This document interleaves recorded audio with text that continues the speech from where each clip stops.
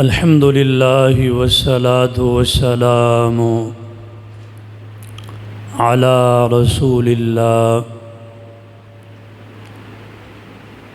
وعلی آلہ واصحاب حبیب اللہ اما بعد فاعوذ باللہ من الشیطان الرجیم بسم اللہ الرحمن الرحیم قال اللہ تبارک و تعالی فی کتابہ المجید والفرقان الحمید قل اطیعوا اللہ واطیعوا الرسول فَإِن تَوَلَّوْا فَإِنَّ اللَّهَ لَا يُحِبُّ الْكَافِرِينَ وفي مقام آخر فقد قال الله تبارك وتعالى في شأن حبيبه مخبرا وآمرا إن الله وملائكته يصلون على النبي يا أيها الذين آمنوا صلوا عليه وسلموا تسليما ذوق و شوق اور محبت و خلوص سے مل کر درود و سلام کا نذرانہ پیش کیجیے۔ الصلاة والسلام عليك يا سيدي يا رسول الله وعلى آلك وأصحابك يا حبيب الله الصلاة والسلام عليك يا شفيع المذنبين وعلى آلك وأصحابك يا خاتم النبيين صدق الله مولانا العظيم وصدق رسوله النبي الكريم الأمين تغني أزهر دعالم من فقير تغني أزهر دعالم من فقير روز محشر عذر ہائے من پذیر گر تمہیں بینی حسابم ناگزیر از نگاہ مصطفیٰ پنہا بگیر اللہ کی سرتابہ قدم شان ہے یہ اللہ کی سرتابہ قدم شان ہے یہ انسان نہیں انسان وہ انسان ہے یہ قرآن تو انہیں بتاتا ہے ایمان قرآن تو بتاتا ہے انہیں ایمان ایمان یہ کہتا ہے میری جان ہے یہ اے خاصان رسول وقت اجل ہے اے خاصان رسول وقت اجل ہے امت پہ آ کے عجب وقت پڑا ہے وہ دین جو بڑے شان سے نکلا تھا اپنے وطن سے وہ دین جو بڑی شان سے نکلا تھا اپنے وطن سے پردیس میں وہ آج غریب الغربا ہے۔ احباب ذی وقار معزز سامعین و حاضرین، جیسا کہ آپ حضرات سماعت کر چکے ہیں درس قرآن پاک کے سلسلہ میں 47واں ماہانہ درس قرآن پاک کا خوبصورت پروگرام انعقاد پذیر ہے۔ دعا ہے کہ رب ذوالجلال اس محفل کو اس پروگرام کو اپنی بارگاہ عالیہ میں شرف قبولیت عطا فرمائے۔ بندہ ناچیز عزیزم حضرت علامہ مولانا قاری محمد صغیر سعیدی صاحب کی محبت بھری دعوت پر حاضر ہے۔ اللہ پاک ان کی محبت کو تا دم حیات اور تا قیامت قائم و دائم فرمائے، اور میری دائیں جانب آپ حضرات خوبصورت علماء کرام کے چہروں کی زیارت بھی کر رہے ہیں۔ اللہ خالق کے کائنات ان علماء حقہ کا سایہ ہمارے سروں پر تا دیر قائم رکھے۔ سامعین و حاضرین، اللہ خالق کے کائنات کے بے شمار بے حساب احسانات ہیں۔ اللہ نے ہمیں لا تعداد بے حساب نعمتیں عطا فرمائی ہیں۔ ان تمام نعمتوں کی جان، ان تمام نعمتوں کی پہچان، اللہ نے جو سب سے بڑا ہم پر احسان فرمایا وہ یہ ہے کہ اپنا محبوب علیہ الصلوۃ والسلام بے مثل و بے مثال بنا کر ہمیں عطا فرمایا۔ اس نبی کریم علیہ الصلوۃ والسلام کی عزت و عظمت، شان و شوکت، مقام و مرتبہ، رفعت و بلندی اللہ نے جو اپنے حبیب علیہ الصلوۃ والسلام کو عطا کی ہیں، ان کے بارے میں مجھ جیسا ادنا طالب علم کیا کچھ کہہ سکتا ہے؟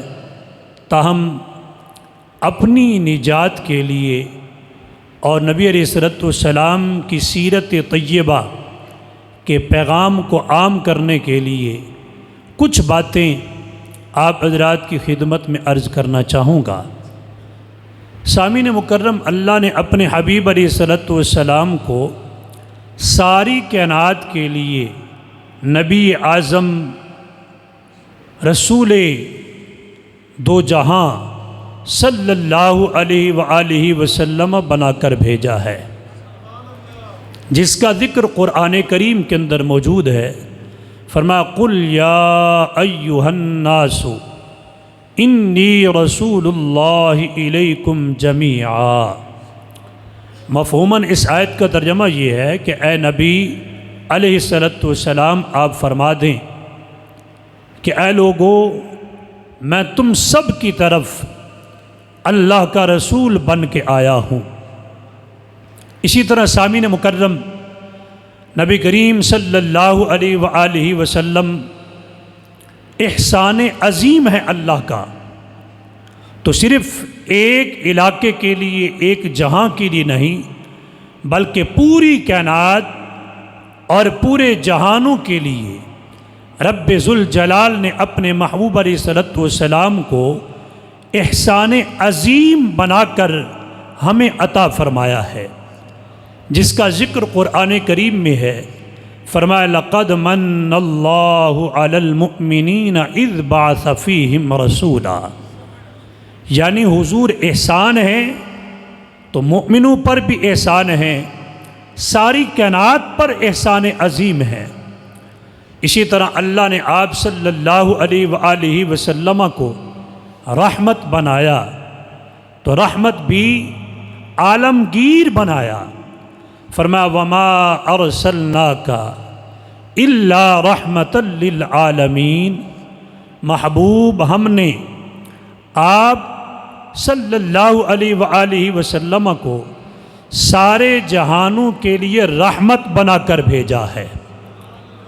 تو سامعین مکرم، اسی طرح نبی کریم علیہ الصلوۃ والسلام کے اور ایک ایک اوصاف کا، وصف کا ذکر کریں تو متعدد قرآنی آیات کی تلاوت کی جا سکتی ہے۔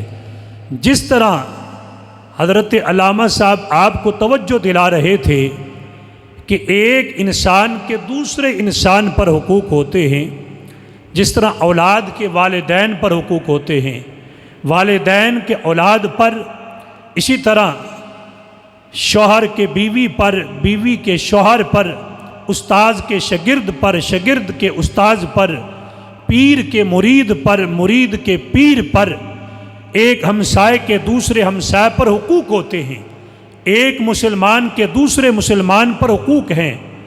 تو بلا تمثیل و تشبیہ اللہ نے اپنے حبیب علیہ الصلوۃ والسلام کے صدقے یہ ساری کائنات اور ساری کائنات کی نعمتیں عطا کی ہیں، تو محبوب علیہ الصلوۃ والسلام کے حقوق بھی اللہ نے ہم پر فرض فرمائے ہیں۔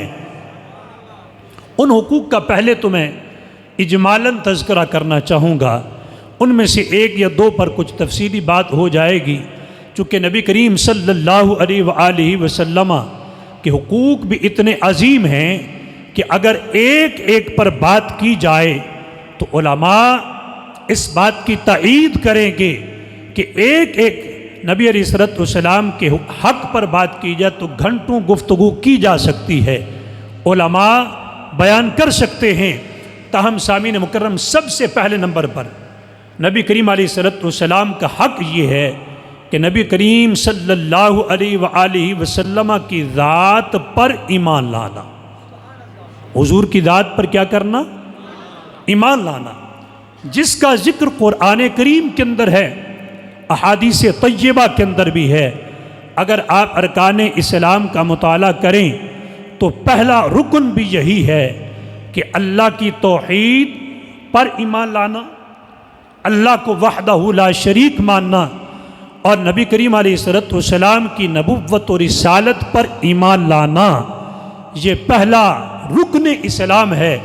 اسی کے اندر یہ بات بھی شامل ہے کہ نبی کریم علیہ الصلوۃ والسلام کی ذات پر ایمان لانا، حضور کو نبی رسول ماننا جس طرح کے ماننے کا حق ہے، اور پھر اس پر قائم رہنا۔ سامعین مکرم، جیسے کہ قرآن کریم پارے نمبر 26 سورۃ الفتح کے اندر آتا ہے، فرمایا اِنَّا أَرْسَلْنَاكَ شَاهِدًا وَمُبَشِّرًا وَنَذِيرًا، بے شک ہم نے آپ صلی اللہ علیہ وآلہ وسلم کو شاہد یعنی حاضر و ناظر بنا کر بھیجا، وَمُبَشِّرًا خوشخبری دینے والا بنا کر بھیجا، وَنَذِيرًا اور ڈر سنانے والا بنا کر بھیجا، لِتُؤْمِنُوا بِاللَّهِ وَرَسُولِهِ، فرمایا کہ تمہیں چاہیے کہ اللہ پر، اللہ کے رسول پر ایمان لے آؤ۔ تو پتہ چلا کہ حضور کی ذات پر ایمان لانا یہ حضور کا پہلا حق ہے۔ اس کے بغیر اگر کوئی شخص دعویٰ کرتا ہے کہ میں اللہ کو مانتا ہوں اور پھر حضور کی ذات کو نہ مانے تو وہ کسی بھی صورت میں مؤمن نہیں ہو سکتا۔ اگر کوئی شخص دعویٰ کرتا ہے قرآن کو مانتا ہوں مگر حضور کی ذات پر ایمان نہیں رکھتا تو وہ مؤمن نہیں ہو سکتا۔ اگر کوئی شخص مسلمان ہونے کا دعویٰ کرتا ہے حضور کی ذات کو نہیں مانتا تو وہ کسی بھی صورت کے اندر مؤمن نہیں ہو سکتا۔ مؤمن وہ ہے جو اللہ پر بھی ایمان رکھتا ہو، حضور کی ذات پر بھی ایمان رکھتا ہو، حضور ہمارے لیے جو کچھ لے کر تشریف لے آئے ہیں ان سب کو مانتا ہو، وہ مؤمن کہلاتا ہے۔ اب ذی وقار قرآن کریم فرماتا ہے، اسی سورۃ الفتح کے اندر موجود ہے، فرمایا وَمَن لَّمْ يُؤْمِن بِاللَّهِ وَرَسُولِهِ، فرمایا جو اللہ پر ایمان نہ لے آئے اور اس کے رسول پر ایمان نہ لے آئے، فَإِنَّا أَعْتَدْنَا لِلْكَافِرِينَ سَعِيرًا، بے شک ہم نے کافروں کے لیے بھڑکتی ہوئی آگ تیار کر رکھی ہے۔ تو آپ کو اور مجھے اللہ کا شکر ادا کرنا چاہیے کہ اس رب نے ہمیں اپنی توحید پر ایمان لانے کی بھی توفیق عطا فرمائی ہے اور اپنے محبوب پر ایمان لانے کی بھی طاقت اور ہمت عطا فرمائی ہے۔ نمبر 2، احباب ذی وقار، نبی کریم علیہ الصلوۃ والسلام کی ذات طیبہ کی مدد کرنا، حضور کی حمایت کرنا. جیسے کہ قرآن کریم کی آیت آپ نے سنی، فرمایا لِتُؤْمِنُوا بِاللَّهِ وَرَسُولِهِ وَتُعَزِّرُوهُ، فرمایا چاہیے تم اللہ پر ایمان لے آؤ، اللہ کے رسول پر ایمان لے آؤ. اور مفہوماً اگلے حصے کا ترجمہ یہ بنتا ہے کہ تم اللہ کے نبی کی مدد کرو. تو سامعین مکرم، اللہ کے نبی کی مدد ہم کیا کر سکتے ہیں جب کہ ہم سب اللہ کی مدد کے بھی محتاج ہیں، اور نبی کریم علیہ السلام کی جس طرح رحمت کے محتاج ہیں اسی طرح حضور کی مدد کے بھی محتاج ہیں. اس سے مراد دین مصطفیٰ صلی اللہ علیہ وآلہ وسلم کی مدد کرنا مراد ہے. دین کی ترویج کے اندر، دین کی نشر و اشاعت کے اندر اپنا پیغام، اپنا کردار ادا کرنا ہے. اگر یہ بات کسی صاحب کو سمجھ نہ آئی ہو تو سورۃ الحج کا یہ مقام سنیے. رب فرماتا ہے وَلَا يَنْصُرَنَّ اللَّهُ مَنْ يَنْصُرُهُ، فرمایا کہ ضرور اللہ اس کی مدد فرماتا ہے جو اللہ کی مدد کرتا ہے. اب سوچنے کی بات ہے، کیا اللہ ہماری مدد کا محتاج ہے؟ اللہ تو وحدہ لا شریک ہے، ساری کائنات اس کی محتاج ہے. واللہ الغنی وانتم الفقراء، قرآن فرماتا ہے کہ اللہ غنی ہے، بے نیاز ہے، تم سب اس کے محتاج ہو. اب اسی وقار تو پھر قرآن کی اس آیت کا مطلب کیا ہے کہ اللہ اس کی مدد کرتا ہے. ڈبل تاکید کے ساتھ ذکر کیا کہ ضرور اللہ اس کی مدد کرتا ہے جو اللہ کی مدد کرتا ہے. مراد یہاں پر بھی یہی ہے کہ لوگوں، اللہ تمہاری مدد کا محتاج نہیں بلکہ تم اللہ کے محتاج ہو، اللہ کی رحمت کے محتاج ہو. مراد یہاں پر یہ ہے جو دین مصطفیٰ علیہ السلام کی مدد کرتا ہے، دین اسلام کی مدد کرتا ہے، رب اس پر رحمتوں کے دروازے کھول دیتا ہے، برکتوں کے دروازے کھول کر نعمتوں کی بارش برسا کر اس کی مدد فرما دیتا ہے.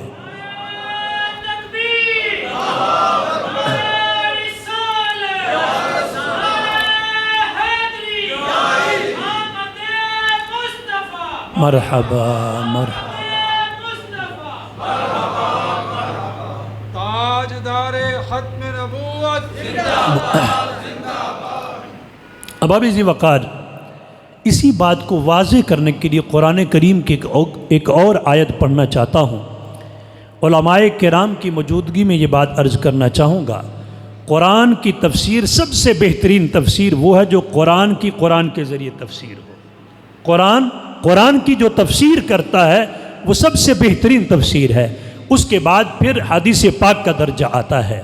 سامعین مکرم، سورہ محمد صلی اللہ علیہ وآلہ وسلم پارہ نمبر 26 کے اندر ایک مقام پر آتا ہے، فرمایا یا ایھا الذین آمنوا ان تنصروا اللہ ینصرکم ویثبت اقدامکم. اے ایمان والو، اگر تم اللہ کی مدد کرو گے، ینصرکم تو اللہ بھی تمہاری مدد فرمائے گا، وَيُثَبِّتْ أَقْدَامَكُمْ اور تمہیں ثابت قدم رکھے گا. تو سامعین مکرم، دوسری بات جو عرض کر رہا تھا کہ حضور کی مدد کرنا مراد کیا ہے؟ اللہ کے دین کی مدد کرنا ہے، دین متین کی نشر و اشاعت کرنی ہے، دین کے پیغام کو عام کرنا ہے. اس طرح لوگوں کو بلا کر قرآن کریم کے درس کا اہتمام کرنا یہ دین کی خدمت کے زمرے کے اندر آتا ہے. لوگوں کے اعمال کی اصلاح کرنا، لوگوں کے عقائد کی حفاظت کرتے ہوئے ان کے عقائد پر پہرا دینا، گلی گلی جا کر، نگر نگر جا کر اللہ کا فرمان پہنچانا، اللہ کے حبیب کے فرمان کی تبلیغ کرنا، یہ دین مصطفیٰ کی مدد کے زمرے میں آتا ہے. اور نمبر 3، نبی کریم صلی اللہ علیہ وآلہ وسلم کی تعظیم و توقیر کرنا. فرمایا وَتُعَزِّرُوهُ وَتُوَقِّرُوهُ، فرمایا کہ تم اللہ کے نبی صلی اللہ علیہ وآلہ وسلم کی تعظیم و توقیر بجا لاؤ۔ اس میں یہی کہنا چاہوں گا اختصار کے ساتھ، حضور کی ذات کا ادب و احترام کرنا بھی فرض ہے، حضور کے اوصاف کا احترام کرنا بھی ضروری ہے، حضور کے نام کا احترام کرنا بھی مسلمان پر فرض کا درجہ رکھتا ہے، حضور کے لباس کا احترام بھی ضروری ہے، حضور کے مبارک بالوں کا احترام بھی ضروری ہے، حضور کے مبارک جوڑوں کا احترام بھی ضروری ہے۔ الغرض جس چیز کو نسبت میرے کریم آقا علیہ الصلوۃ والسلام کی ذات سے ہو چکی ہے، جس جگہ پر حضور کے قدم لگے ہیں، اس جگہ کا اور ہر اس چیز کا جس کی نسبت حضور سے ہو گئی ہے، اس کا ادب و احترام کرنا ہر مسلمان پر ضروری ہے۔ تعظیم مصطفیٰ علیہ الصلوۃ والسلام کے بغیر ایمان مکمل نہیں ہوتا۔ اگر کوئی شخص ایمان کا دعویٰ کرے، میرے محبوب علیہ الصلوۃ والسلام کے خلاف زبان درازی بھی کرے، بدبخت وہ کسی بھی صورت کے اندر مؤمن مسلمان کہلانے کا حقدار نہیں ہے۔ تو سامعین مکرم، نمبر 4، نبی کریم صلی اللہ علیہ وآلہ وسلم کی ذات طیبہ سے محبت کرنا، ایسی محبت کہ ساری محبتیں پیچھے، حضور کی محبت آگے، یعنی ماں سے بڑھ کر، باپ سے بڑھ کر، اولاد سے بڑھ کر، بہن بھائیوں سے بڑھ کر، رشتہ داروں سے بڑھ کر، استاد سے بڑھ کر، پیر سے بڑھ کر، الغرض دنیا کے اندر جس رشتے سے سب سے زیادہ محبت ہے، ان سب محبتوں سے بڑھ کر جو رسول اللہ صلی اللہ علیہ وآلہ وسلم کی ذات سے محبت کرتا ہے، اللہ بھی اس سے محبت فرماتا ہے۔ آئیے قرآن کریم کی جو میں نے ایک آیت تلاوت کی، اس سے پہلی آیت پڑھ کر بات کو آگے بڑھانا چاہوں گا۔ پارہ نمبر 3 سورہ آل عمران ہے، اور یہ قرآن کریم کی آیت آپ بارہا سماعت کرتے رہتے ہیں۔ آیت نمبر 31 سورہ آل عمران کی، فرمایا قُلْ إِن كُنتُمْ تُحِبُّونَ اللَّهَ فَاتَّبِعُونِي يُحْبِبْكُمُ اللَّهُ۔ اب اس آیت کا مفسرین کرام نے جو شان نزول بیان کیا ہے، اس کے اندر ایک سے زیادہ روایتیں ملتی ہیں۔ پہلی روایت یہ ہے، حضرت سیدنا عبداللہ ابن عباس، محبت سے کہیں رضی اللہ تعالیٰ عنہ، بیان کرتے ہیں کہ قریش مکہ نے، مشرکین مکہ نے کعبہ شریف کے اندر ایک نہیں سینکڑوں کی تعداد کے اندر بت رکھے ہوئے تھے، اور ان بتوں کو سجا کر، بنا کر ان کے سامنے سرب و سجود ہوتے تھے، ان کی عبادت کیا کرتے تھے۔ اللہ کے نبی علیہ الصلوۃ والسلام تشریف لائے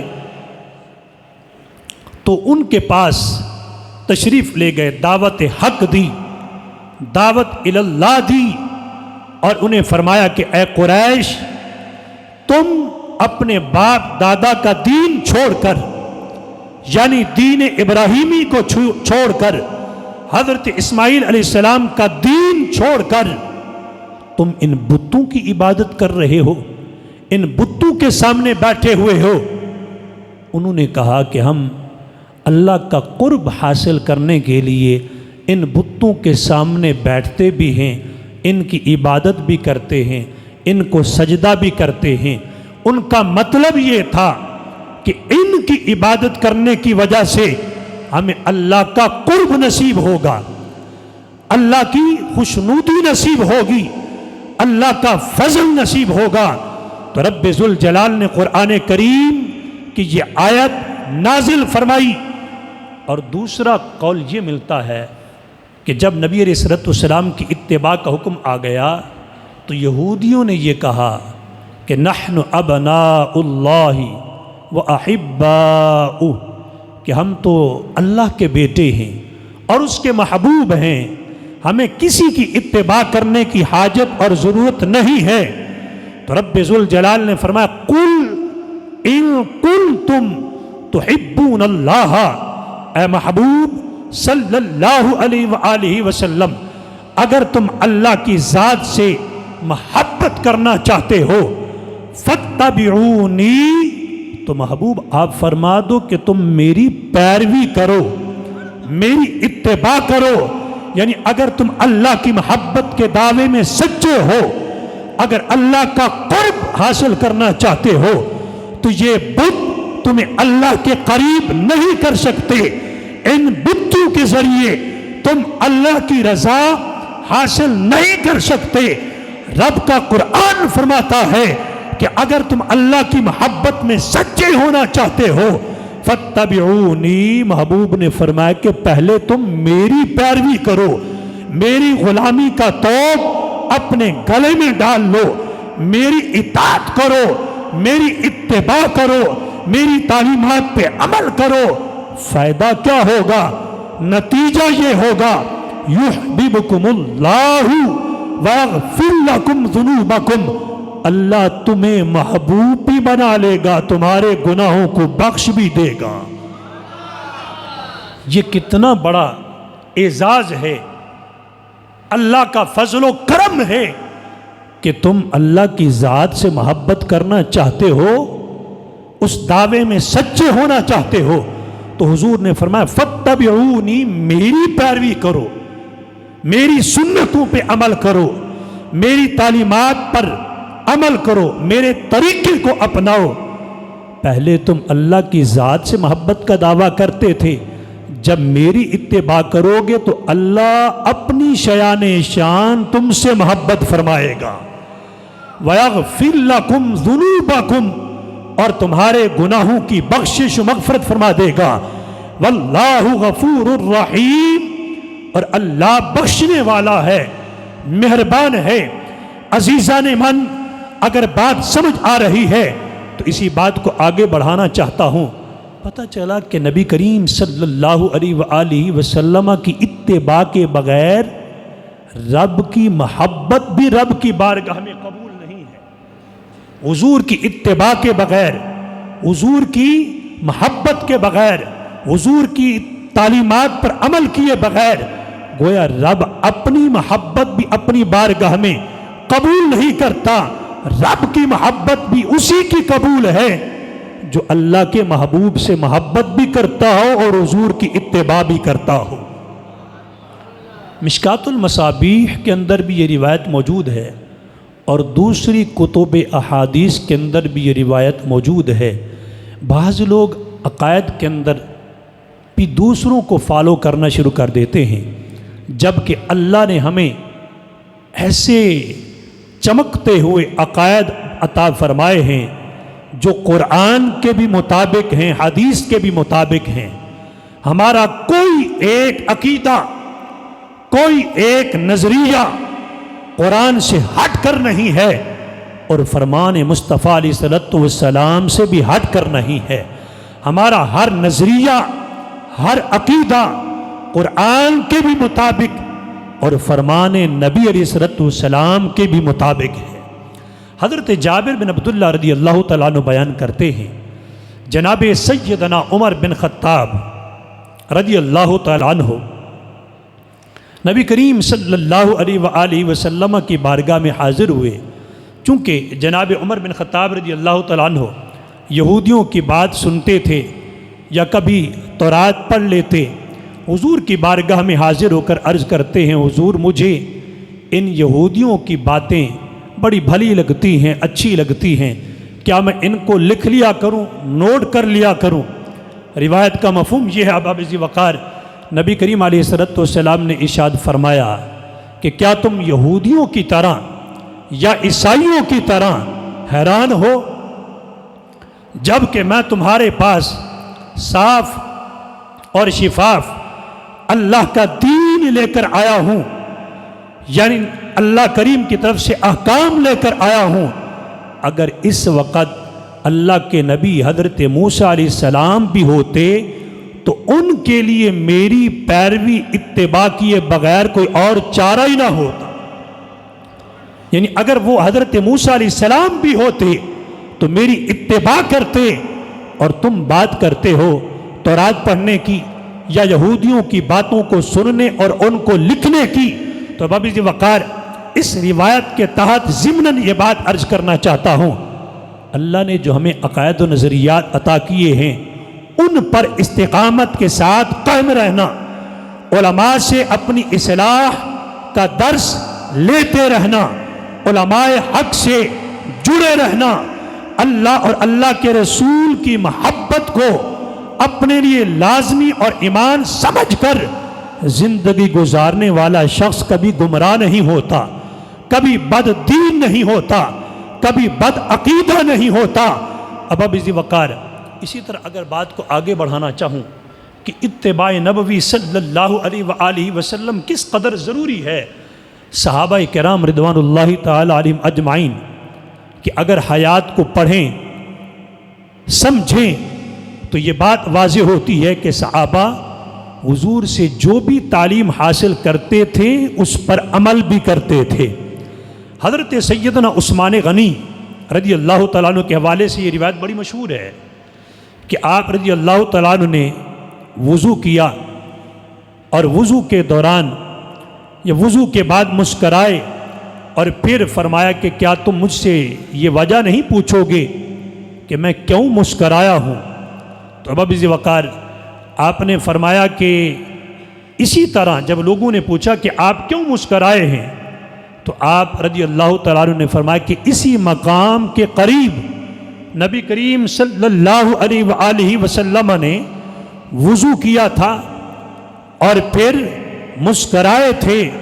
اسی طرح صحابہ سے سوال کیا اور پھر اس کے جواب کے اندر ارشاد فرمایا نبی علیہ الصلوۃ والسلام نے کہ جو شخص وضو کرتا ہے اپنا چہرہ دھوتا ہے تو اللہ اس کے چہرے کے گناہوں کو معاف فرما دیتا ہے، اور اپنے ہاتھ دھوتا ہے تو اللہ اس کے ہاتھوں کے گناہوں کو معاف کر دیتا ہے، اگر اپنے بازو دھوتا ہے، پاؤں دھوتا ہے، سر کا مسح کرتا ہے تو رب ذوالجلال وضو کی برکت سے اس کے گناہوں کو معاف کر دیتا ہے۔ تو بابی وقار صحابہ کرام رضوان اللہ تعالی علیہم اجمعین اس قدر نبی کریم صلی اللہ علیہ وآلہ وسلم کی اتباع کیا کرتے تھے۔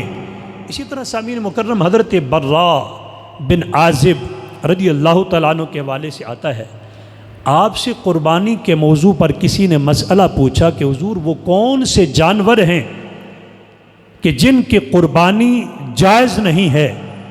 تو حضرت براء بن عازب رضی اللہ تعالیٰ عنہ کھڑے ہوئے مجمع کے اندر کھڑے ہو جاتے ہیں اور فرماتے ہیں کہ لوگوں میں اس لیے کھڑا ہوا ہوں چونکہ میرے محبوب علیہ الصلوۃ والسلام بھی اسی طرح مجمع کے اندر ایک بار کھڑے ہوئے تھے اور پھر ہاتھوں کی انگلیوں کے ساتھ اشارہ کرتے ہوئے بیان کیا کہ 4 جانور اس وقت جو آپ نے بیان کیے کہ 4 جانور ہیں کہ جن کی قربانی کرنا جو ہے وہ جائز نہیں ہے۔ پھر آپ نے فرمایا کہ میں نے انگلیوں سے اشارہ بھی اس لیے کیا ہے چونکہ ہمارے محبوب علیہ الصلوۃ والسلام نے بھی اسی طرح اپنی مبارک انگلیوں سے اشارہ کر کے ہی مسئلہ سمجھایا تھا۔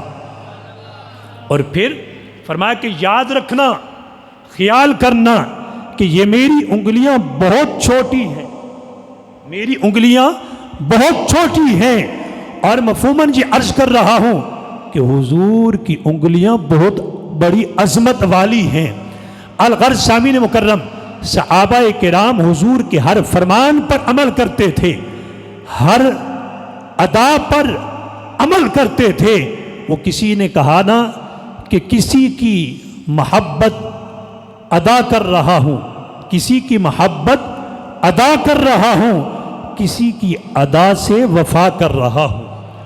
تو اب اسی وقار صحابہ کرام رضوان اللہ تعالی علیہم اجمعین حضور کی ایک ایک سنت پہ عمل کرتے تھے۔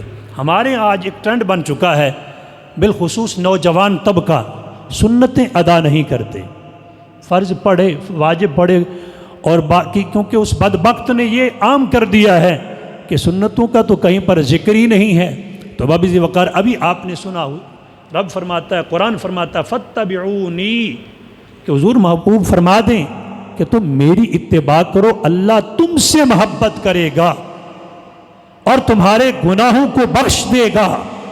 اور پھر جب ان کو کہا جائے کہ بھائی سنتیں ادا کرو، نفل بھی پڑھا کرو، پوری نماز پڑھا کرو، تو آگے سے جواب پتہ کیا ہوتا ہے؟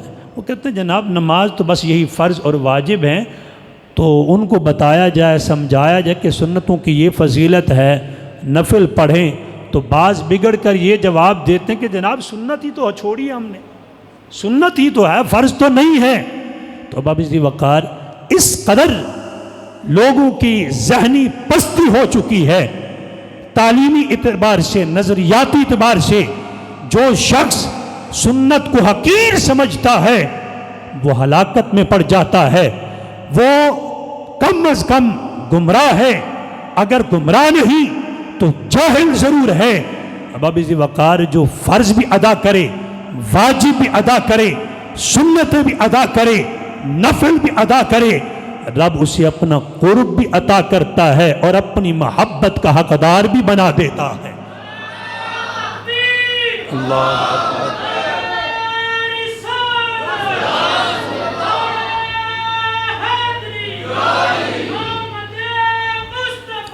مرحبا۔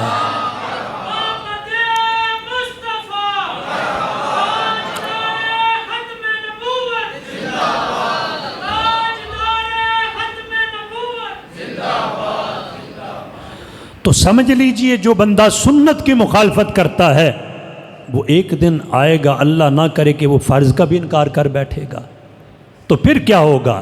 تو اس لیے سامعین مکرم، سنت نبی علیہ الصلوۃ والسلام کی ادا کا نام ہے۔ جو حضور کی اداؤں کو اپناتا ہے اللہ اس سے راضی ہو جاتا ہے، خوش ہو جاتا ہے۔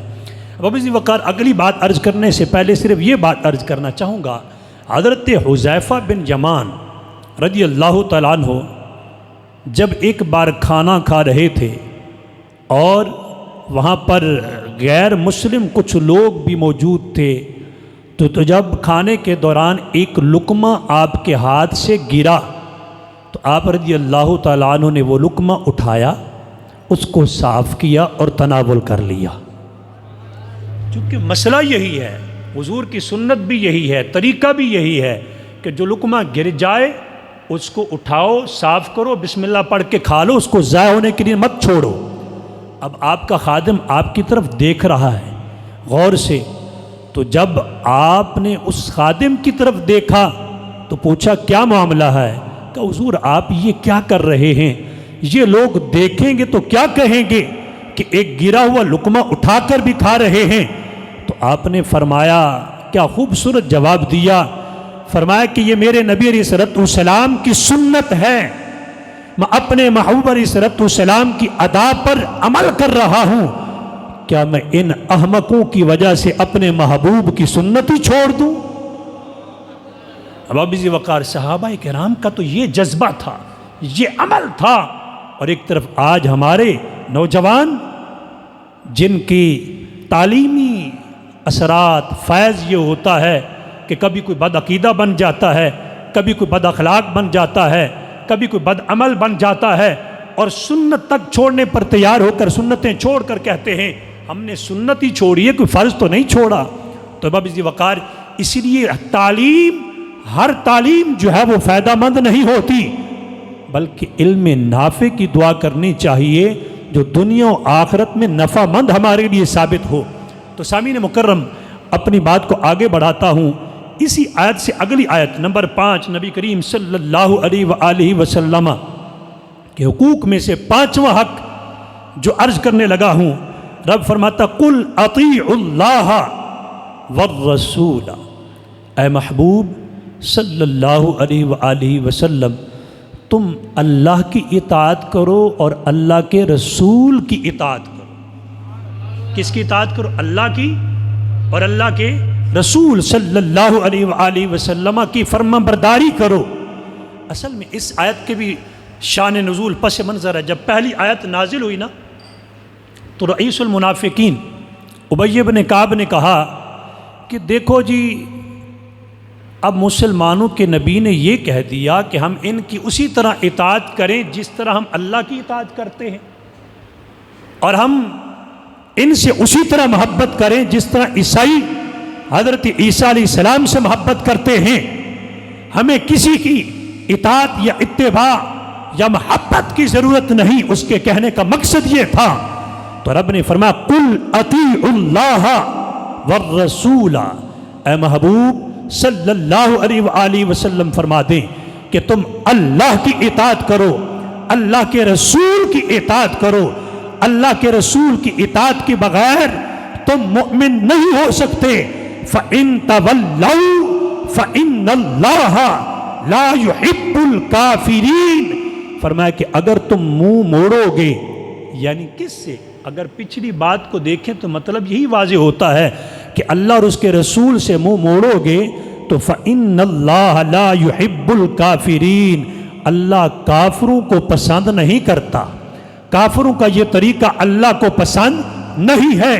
پتہ چلا ایمان بالرسول بھی ہو، مدد دین مصطفیٰ کا جذبہ بھی ہو، تعظیم و توقیر مصطفیٰ علیہ السلام کا سینے میں نور بھی ہو، محبت نبی بھی ہو، اطاعت خدا و اطاعت مصطفیٰ بھی ہو، تو ایسے شخص سے اللہ محبت بھی کرتا ہے اور اس پر رحمتوں کی بارشیں بھی نازل فرماتا ہے۔ اب کس طرح اطاعت ہونی چاہیے؟ ایک چھوٹی سی بات عرض کروں، اپنے لفظوں کے اندر دو لفظ بولے جاتے ہیں، ایک اطاعت اور ایک اتباع۔ اب دیکھیں اتباع پہلے، لفظ اتباع کا ذکر پہلے آیا ہے، اطاعت کا ذکر بعد میں آیا ہے۔ آسان لفظوں میں عرض کرنا چاہوں گا، اطاعت کا مطلب ہوتا ہے کسی کی بات کو مان لینا، کسی کے حکم کو تسلیم کر لینا اور اس پہ عمل کر لینا، جبکہ اتباع کا مطلب یہ ہے کسی کی ادا کو اپنا لینا، کسی کی ادا کو اپنا لینا یا کسی کے پیچھے پیچھے چلنا، کسی کے نقش قدم پر چلنا، اس کو اتباع کہا جاتا ہے۔ اس لیے جب ہم لفظ بولتے ہیں نا کہ عبادت بھی اللہ کی ہم کرتے ہیں، اللہ ہمیں اطاعت کی توفیق عطا فرمائے، کبھی یہ نہیں کہتے ہوئے آپ نے سنا ہوگا کسی کو کہ اللہ ہمیں اپنی اتباع کرنے کی توفیق عطا فرمائے۔ ایسا کہنا بھی درست نہیں ہے اور کہا بھی نہیں جاتا، جبکہ نبی علیہ الصلوۃ والسلام کی ذات کے لیے ہم کہتے ہیں کہ ہم حضور کی اطاعت بھی کرتے ہیں، اتباع بھی کرتے ہیں۔ تو سامعین مکرم، پھر اسی طرح اس بات کو واضح کرنے کے لیے بھی صحابہ کرام میں سے ایک صحابی کا واقعہ روایت عرض کرنا چاہوں گا۔ حضرت سیدنا عبداللہ ابن عباس رضی اللہ تعالیٰ عنہ بیان کرتے ہیں، صحیح مسلم شریف کے اندر روایت موجود ہے کہ نبی کریم صلی اللہ علیہ وسلم نے ایک صحابی کو دیکھا کہ سونے کی انگوٹھی پہن رکھی ہے۔ کیا پہن رکھا ہے؟ ابا سے بولو، سونے کی انگوٹھی پہن رکھی ہے۔ تو نبی کریم صلی اللہ علیہ وآلہ وسلم نے اس کے ہاتھ کی انگلی سے وہ انگوٹھی نکلوا کر پھینک دی اور فرمایا کہ تم میں سے کون ہے جو آگ کے انگارے کو اپنے ہاتھ پر اٹھانا پسند کرے؟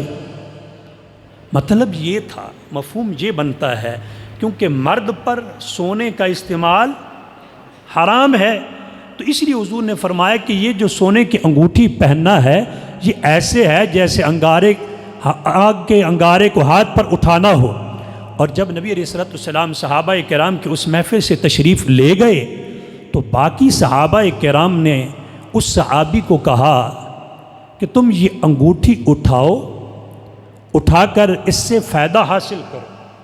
تو اس صحابی رسول صلی اللہ علیہ وآلہ وسلم نے کیا خوبصورت جواب دیا۔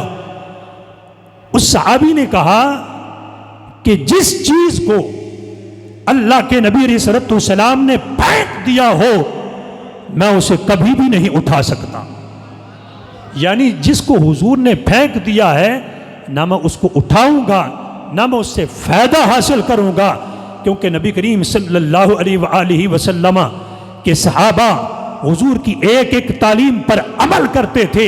اب اسی وقار میں اپنی اس گفتگو کو مختصر کرتے ہوئے مکمل کرنا چاہتا ہوں۔ 5 حقوق کے والے سے آپ نے سنی بات، اور نمبر 6 یہ ہے کہ نبی کریم صلی اللہ علیہ وآلہ وسلم کی ذات کی ناموس پر، عزت پر پہرا دینا، نبی کریم صلی اللہ علیہ وسلم کی عزت اور ناموس کی حفاظت کرنا، اور جو بھی کوئی بدبخت زبان درازی کی کوشش کرتا ہے اس کو جواب دینا۔ اور نمبر 7 یہ ہے کہ نبی کریم صلی اللہ علیہ وآلہ وسلم کہ منصب ختم نبوت پر عقیدہ رکھنا، یعنی عقیدہ ختم نبوت صلی اللہ علیہ وسلم پر قائم رہنا، یہ بھی نبی کریم صلی اللہ علیہ وآلہ وسلم کے حقوق میں سے ہے۔ اور نمبر 8 یہ ہے کہ نبی کریم صلی اللہ علیہ وآلہ وسلم کی ذات پر کثرت کے ساتھ درود و سلام کا نذرانہ پیش کرنا۔ اور نمبر 9 یہ ہے کہ نبی کریم صلی اللہ علیہ وآلہ وسلم کے صحابہ اور اہل بیت اطہار سے سچی اور کامل محبت کرنا، یہ بھی حضور کا ہم پر حق ہے۔ یہ کتنے حقوق بیان کر دیے میں نے؟ 10 کے 9 ہو گئے۔